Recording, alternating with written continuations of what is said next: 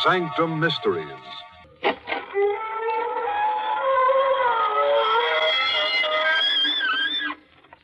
Good evening, friends of the creaking door. This is your host to welcome you once again into the inner sanctum. Come on in for the crime of your life and meet one of the illustrious inmates from our Who's Who. This cadaverous cut-up is Mr. Seymour Blade. His wife had a tiff with him and punctuated it with a kitchen knife through the middle, which is, of course, one way of making your point sting.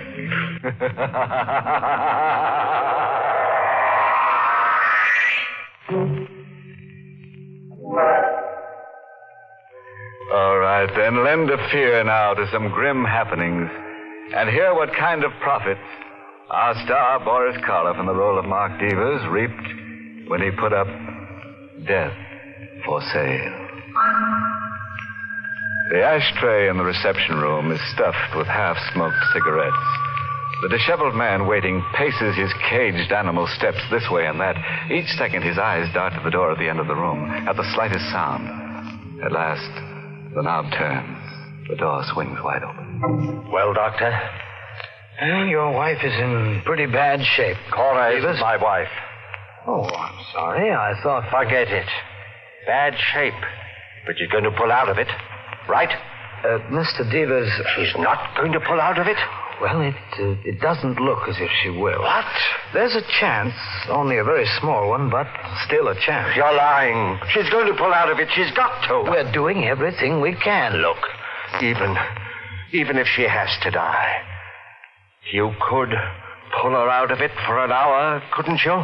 Just an hour so that she could sign something. Mr. Devers. It means everything to me, Doc. You could give her a shot or something, couldn't you? Good day, Mr. Devers. I'll give you $5,000. Good. $10,000, Doc, and you fool, you don't understand. You've got to do this for me. You've got to.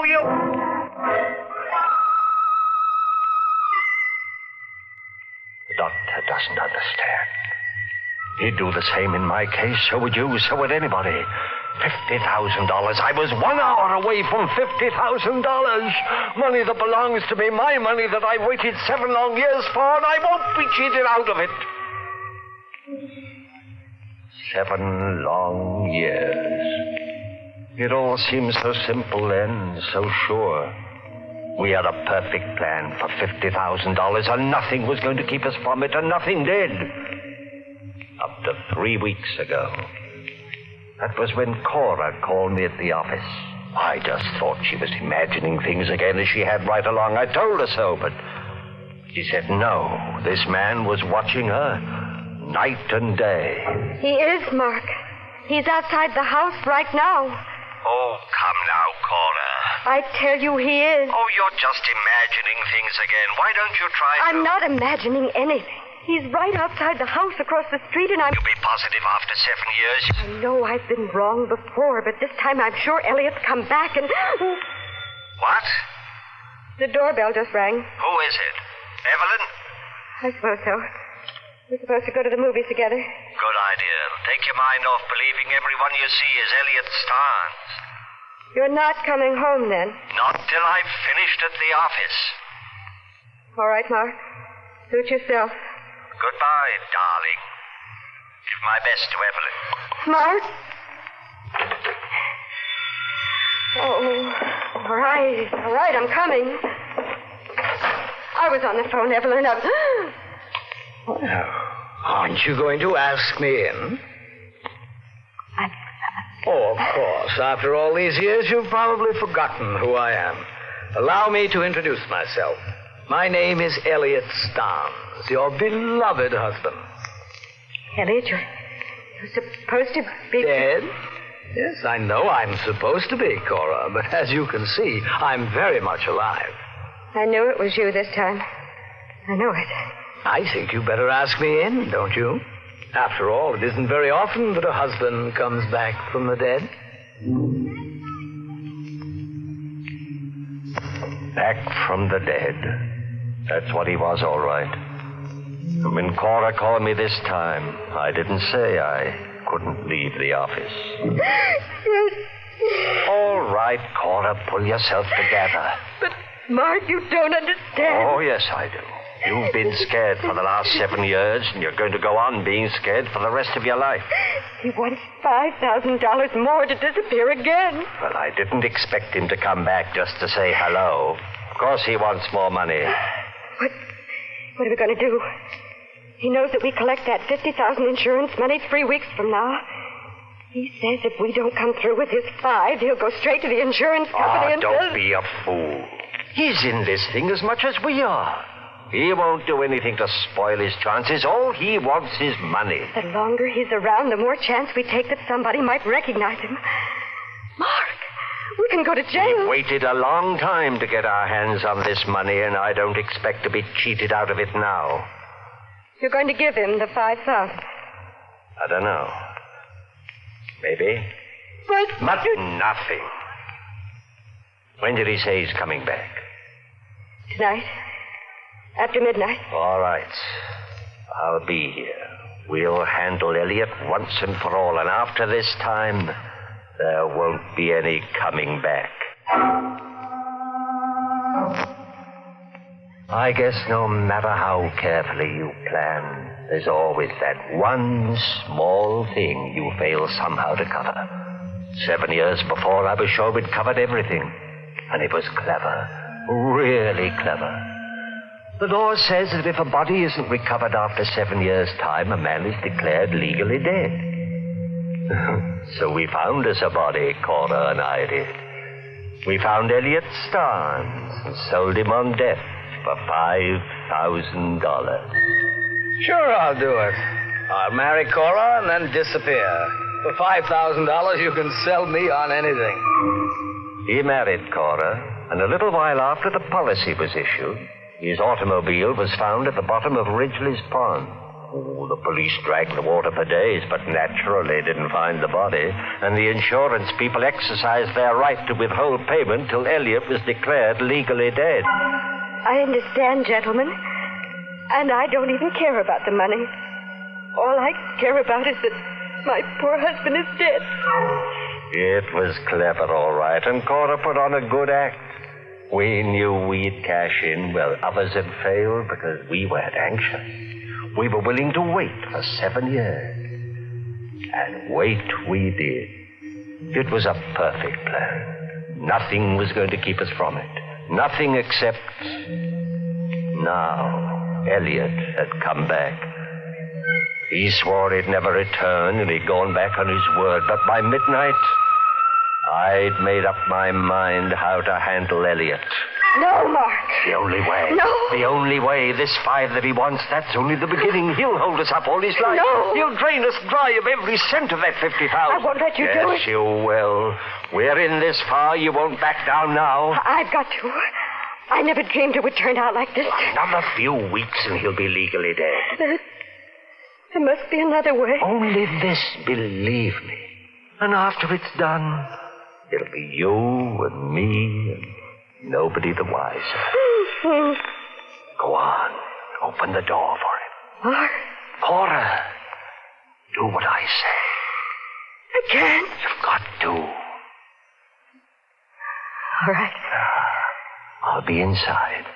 Tell him everything is set. I will. Hello, Cora. Oh, won't you come in, Elliot? Thank you, my dear. Don't mind if I do. Mark here yet, Cora? Yes. He's in the living room. Oh, fine. Then you and Mark have agreed on the deal for me. Yes, we have. Come in, Elliot. Everything's set.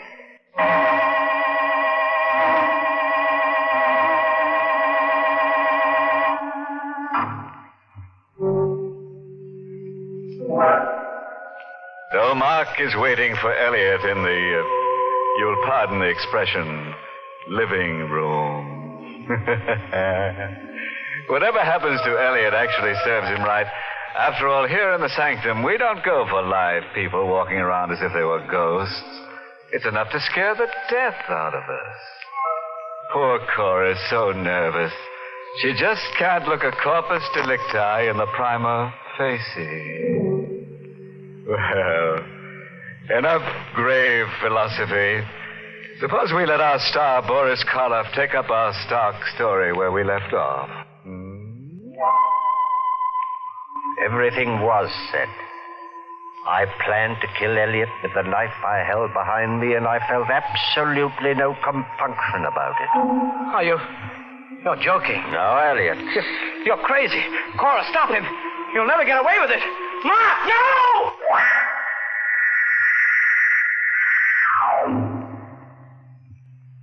I buried him in the back of the house. I say I did, because Cora wasn't much use to anyone that night or for several days afterwards. She got over it, as I knew she would. She got over it when she realized that I was right, that we had gotten away from it. And no one could ever know, and no one would miss him. She got over it when I reminded her that in just one more week, we'd be sharing that $50,000. Just 1 week. That's right, Cora. I've been a lot of trouble to you these past few days. I am sorry. Oh, forget it. It's all over. Yes, it is. I'll feel a lot better when the money's actually ours. Somehow, way in the back of my mind, I feel that maybe we won't... Look, darling, it's as good as ours now. There's nothing left in the way, not a single thing. 1 week. That's all. Now, wouldn't you know? You expecting anyone? No, Evelyn? not at this hour. Well, whoever it is, get rid of him. Yes, darling. I'll get rid of him. Yes? Mrs. Stein? Yes? Mrs. Elliot Stein? That's right. I want to talk to you. Here's my card. Well, I'm sorry. I'm busy right now. Too busy to see me. I can promise you that. Oh, now, see here. Nice card, ain't it? Real fancy engraving. Mrs. Elliot Stein. That's right. I'm the woman Elliot married after he disappeared 7 years ago. Now, I don't think you're going to be too busy to see me after all. Do you? Maybe it's fate. Maybe it's all in the cards. You work hard. You think out a plan that's letter perfect. Then up pops the unexpected, forcing you into the first desperate step to lick it. First Elliot Starnes himself, then his second wife that we didn't know existed. And here's our wedding license, just in case you don't believe me. Here, you can look at it. Take it easy, Cora. We believe you're his wife, Mrs. Starnes. And he's got a birthmark. We said we believe you. Now, what do you want? Well, what does any good woman want? My husband. And why come here? Where else would I go? I'm afraid we don't understand. Do we, Cora? No. I'm afraid you do. Now, look here. I'm afraid you understand awful well. Elliot told me. Told you what? What you two were doing. He also told me if he should fail to come home after a couple of days... Mrs. Starnes, we haven't seen your husband for 7 years. Now, you don't expect me to believe that, do you? I don't see why not. I do. You see, Mr. Devers, the other day, with my own eyes, I seen Elliot walk into this house. But I didn't see him walk out again. What's the matter, Mr. Devers? You got nothing to say? What do you want, Mrs. Starnes? My husband, of course. Only since you killed him, I can't very well have that, can I? What? He's the only man I ever loved, and you killed him. I never should have let him come here. For days I begged him not to. Mrs. Starnes. I made a mistake letting him come here. I know that now. But I want him back. I love him, and I want Elliot back. Do you want your husband, Mrs. Starnes? Or a substantial sum of money? Huh? How much? How can you talk about money at a time like this? 5,000? I loved my husband, Mr. Devers. 7,500? Well, how much? 25,000. What? In cash. Mark. Let me handle this, Cora. And if we refuse? Well, then I'll just naturally have to tell my story to the police. Cora. But you... Oh, let's drop all the small talk, Mr. Devers. I want $25,000 and I want it fast. Now make up your mind. I'll make up my No, mind. Mr. Devers, don't get rough. I'm not as dumb as my ex-husband. I've taken steps against anything happening to me. No, Mark. Better listen to her. You're not getting away with this.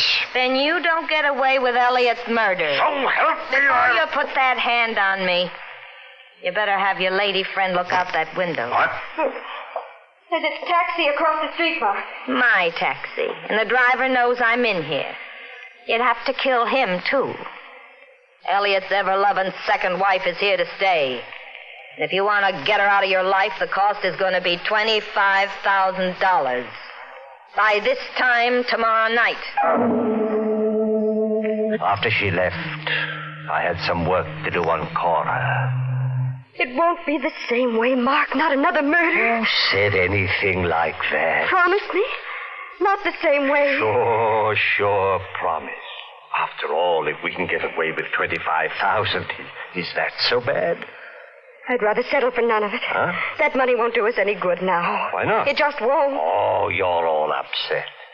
You'll feel differently day after tomorrow when you sign those papers in the insurance office and they hand that fat check over to you. No, Mark. I'll never feel differently about it again. I knew I couldn't work Cora my way much longer. But it was just 2 more days. 2 more days to get that $50,000. Just 2 things to settle in just 2 days. First, there was Mrs. Starr. When she came to my apartment the next night, I handed the envelope over to her. It's all here? You can open the envelope and count it if you like. I don't have to, do I? And what if I cheated you? You wouldn't. I could always come back. You could always come back for more anyway. What do you think I am? Doesn't make any difference now what I think. Okay. No hard feelings. There are, but they won't bother me for long. Of course not. That money you're collecting will cure that. I'll be cured before then. That's your business. It's yours, too, now. I don't see how. Now, do you see? Put that knife down. I will. Into you. No. Don't. Please. That door's locked. You can't get out. Don't. You can have the money back. There isn't any money in that envelope. Huh? Just strips of newspaper. Where can I get $25,000? I don't care about the money. I do. I cared about it for 7 years. Cared enough to murder once, and I can do it again.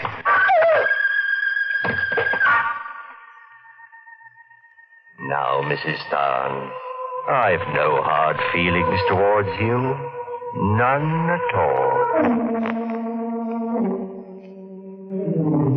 Just 2 things to take care of in just 2 days. The first, Mrs. Starnes was taken care of, and the second was now just an hour away. The $50,000 was waiting in the insurance office for Cora. All she had to do was sign her name on some papers to get it. Oh, you can imagine how relieved I was as I sat next to Cora when she drove to the insurance office. But it was different with Cora. Cora didn't say a word. There's nothing left to say, Mark. Oh, money will make you talk, Cora. You wait and see. After you get your hands on the... Hey, you're taking the wrong street. No, Mark. Sure you are. This is the way. It's the only way left for us, Mark. Huh? We're driving straight out of town. We're never coming back. There'll be no more murders. Cora. I know you killed that woman. Now, where did you ever get that idea? I paid her and she left. I was outside your apartment house last night. All right. So you know now. What did you expect? I couldn't let it all go down the drain, not after 7 years? Turn the car around. No. You're going to sign those papers. I want that money. It's too late, Mark. Like fun it is. Let go. You're turning this car around. Mark, the wheel, let go.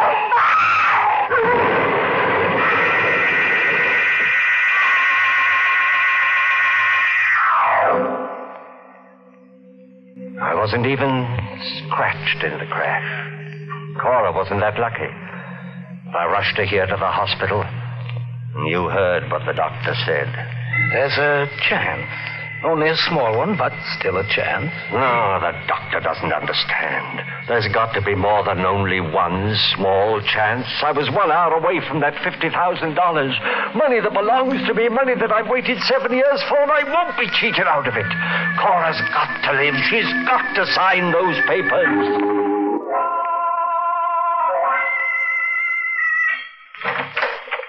Well, Doctor?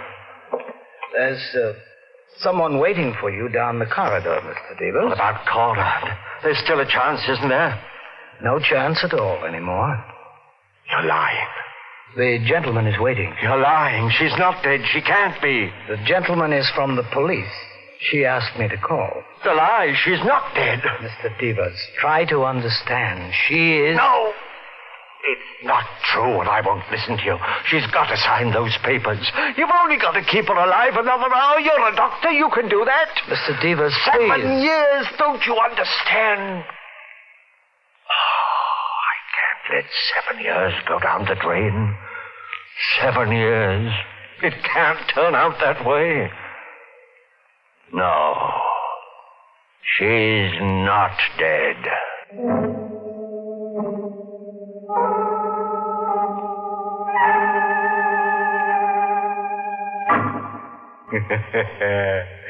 So Mark's 50,000 went down the drain after all. And Mark went down the hatch of a scaffold. You know, I can't feel sorry for Mrs. Starnes. She should have known that a rolling widow gathers only mausoleum. Yes, sir, when you use a dead husband for blackmail, you're bound to end up face down. Oh, a footnote. When you're dealing with life insurance, remember, honesty is the best policy. Well, friends, it's time once again to close that creaking door. Until next week at the same time, when we'll be back with a little hunk of horror. You'll be sure to listen, won't you? Until next week, then. Good night. Pleasant dreams.